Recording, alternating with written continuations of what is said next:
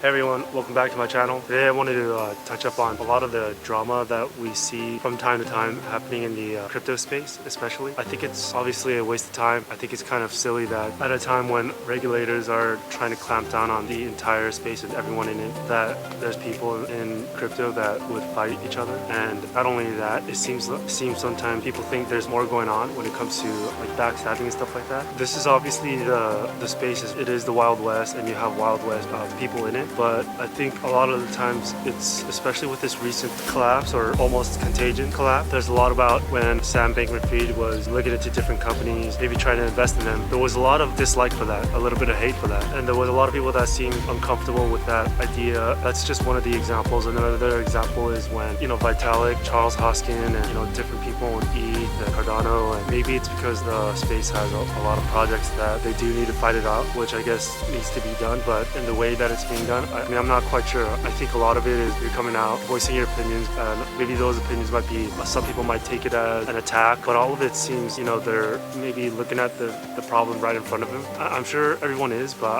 I feel that a lot of people are not looking at the bigger hammer that's about to drop. For me, I think that should be the focus if you're gonna sort of attack anything. One interesting thing that I am seeing is this is between the, I guess we would say professionals, figureheads, but also in Twitter and everywhere else, to be honest. I'm not quite sure what to make of this. I feel that there's a lot of people that want to get involved with whatever certain drama, whether it feels good to them or whether they feel the need to do it, like the Bitcoin maximalists. But what I do know is it seems too much time is spent on doing this, and I feel that all that time can be useful for other things. I understand that just like where a lot of people saying where VCs maybe have a little bit of influence on how different project leaders and the founders might behave or react or whatnot, that getting yourself out there, getting attention, marketing is a good idea, right? I could see that argument. I also can see that maybe that's not. I think there was a time where mind your own business and do your work used to be good, but maybe we don't live in that world anymore, which is why I thought of making this video. Maybe people would give their opinions, but maybe we don't live in a world where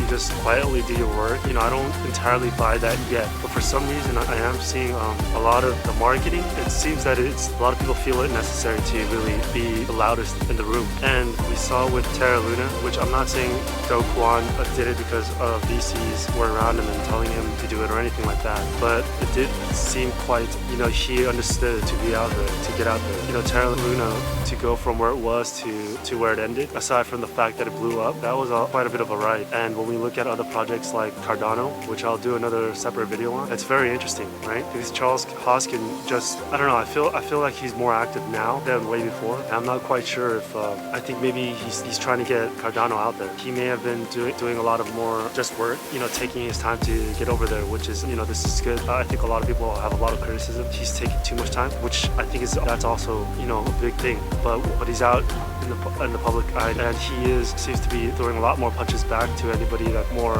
critical. But some of the things that have been on my mind, thoughts that have been on my mind, do projects need to be a bit more vocal? Do projects need to have that Silicon Valley where they have the founders that are out there? It's interesting to see how Cardano is still alive today, but the amount of desire for other layer ones is really interesting. A lot of people have interest in layer one, and I would have expected longer lasting ones to have been a better favorite. But what's interesting with Cardano is that doesn't seem to be the case. Other layer ones continuously come up and people are interested in that. For some reason, Cardano does not seem to be garnering the attention that I thought. This seems that maybe branding of the project really has much more of an effect than we think. I think the branding and the people, the leadership, all of that has a much more psychological effect. So what I'm trying to think is all the crypto dramas that we see and understanding of that. And this is why we see different tribes fighting. Is it a necessary, gladiatorial event? Is it a gladiatorial passage? We all know that useless drama is useless drama. The people on Twitter, useless drama that's all time, even though it's 15 seconds a tweet, but added over plus the thought, that's a lot of time. Regardless, I just wanted to give you my thoughts about that and basically who I think to avoid. And so there's always, we're in this together, so let's all be together. But that's my word of caution. This whole video could be about who to avoid and go down the list, but there's generally one that I think people need to be careful of. There's a lot of people in the space that you look at them and maybe they're party hardy or we're going to do great things and whatnot. I find that a lot of times that when you're talking about it, spending time doing it. I used to watch Charles Hoskin's videos. For example, let's say people are talking about saving Africa America and whatnot is good. Everybody wants to save everybody. Should always try to do that. But hopefully, people aren't spending too much time discussing that, and maybe more. Let's figure this out. That's why I think maybe some of these dramas are much more deeper than we think, and we're going to see much more of them. Is this an open challenge? If that's the case, then we have to just sit and watch and see what happens. But I think that you shouldn't be spending any time in it, because a lot of the times I don't see anything good coming out of it, except when you're at, I guess, defending yourself. And that's what I'm trying to figure out. Is that how it's going to be, where different projects that are going to be attacking each other to survive, or to try and have their project win? Is that the way to do this? I had figured that criticism was good, but I'm trying to figure out, is public criticism, public bending and punching back, is that necessary for what's going on, where different tribes are trying to survive, because not all of them can survive? Is that what's going on? Whatever the case, I guess we'll watch it, wait and see. But I just have the feeling that when the SEC come, they're going to be indiscriminate who they drop the hammer on. I don't really see why, pick and choose. The only pick and choose that I can see that they'll do is whether the project's centralized or not. And so I think that maybe when you go to these conferences, like different meetups, this is where I think that people should maybe be more careful than not. I think a lot of people are hyped up and they would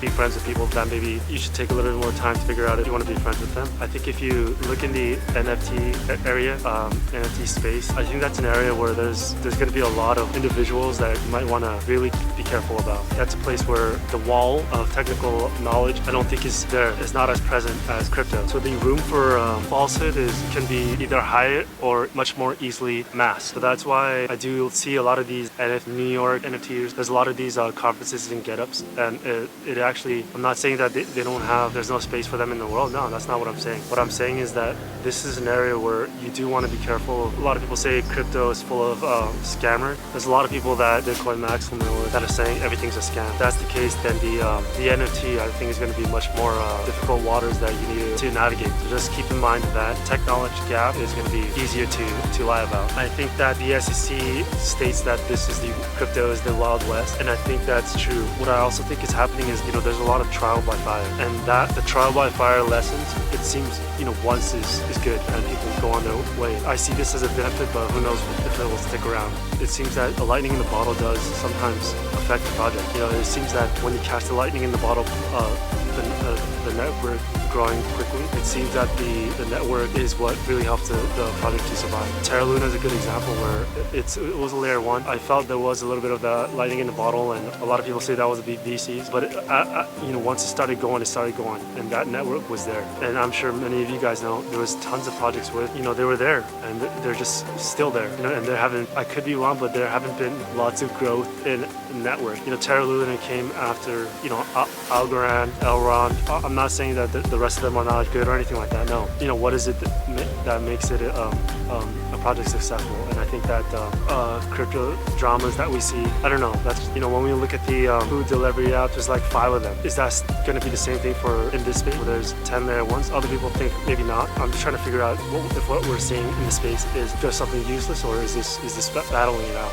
The much more online confrontation and attacking and defending and things of that sort. Because when it comes to the media, we see that attacking and it really affects a lot in the minds of people. And so this is what I'm wondering these different projects understand. And maybe that's why we're seeing Charles Hoskin becoming much more out there, which I think is a good thing. But I do think that for Cardano, there's a lot of hackers. There's a lot of people that don't like the project. They don't want to see it fail. That's what's interesting. Can a group of people that dislike a project, whether it be in the media or online, barrage attack, and then the project just go away? My answer is, I think, is yes. If we're in a technology adoption curve, this means there's a vast amount of, let's say, newcomers that don't know anything. And if there's a narrative, if everything's narrative driven and the narrative of a project is negative, user base and the network will have a negative, it's not going to go the right way. These are some of the thoughts I'm thinking about when it comes to the drama that we see. Like I said, maybe a little bit not my preference when you have this possible domination by regulators, but there's probably one project that everybody knows that doesn't worry about the SEC hammer banning everybody or slamming down everybody, and that's obviously Bitcoin,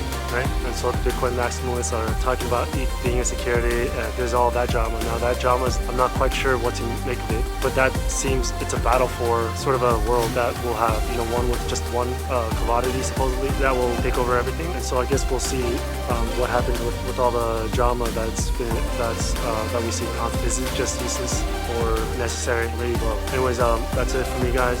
If you guys liked the video, give me a like, and if you guys have any thoughts or disagreements, let me know, and I hope you have a good day.